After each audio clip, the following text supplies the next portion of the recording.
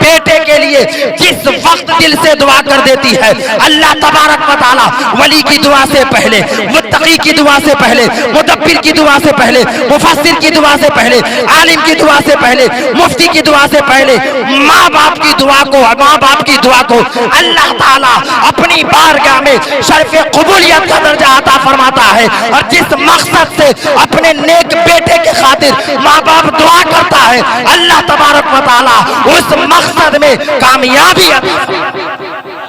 کامیابی عطا فرما دیتا ہے۔ ماں باپ کا مقام کتنا بلند و بالا ہے۔ سرکار ارشاد فرماتے، ایک شخص سرکار کی بارگاہ میں حاضر ہوا، عرض گزار ہوا، یا رسول اللہ صلی اللہ تعالی علیہ وآلہ وسلم، میں نے ایک بہت تیز دھوپ میں اپنی ماں کو کاندھے پر بیٹھا کر خانہ کعبہ کا 7 مرتبہ حج کروایا، 7 مرتبہ پھیڑا لگایا۔ اے مالک یا رسول اللہ صلی اللہ علیہ وسلم، کیا میں نے ماں کا حق ادا کر دیا؟ مصطفیٰ کریم نے ارشاد فرمایا، اتنی جلدی ماں کا حق ادا کرنے کے لیے اتنی جلدی ماں کا حق ادا کرنے چلے گئے؟ ارے جس وقت تو پیدا ہوا تھا، جس وقت تیری ماں کو جھٹکے ایسے ہزاروں کروڑوں جھٹکے لگے تھے، ماں 9 مہینے پیٹ میں رکھ کر تمہارے وزن کو برداشت کرتی رہی۔ ماں تمہارے منہ میں جو دودھ کا نوالا دیا تھا، یہ دودھ ایسے ہی نہیں آ گیا تھا پستان میں، بلکہ اپنے خون جگر کو نچوڑ کر کے اور دودھ کی شکل میں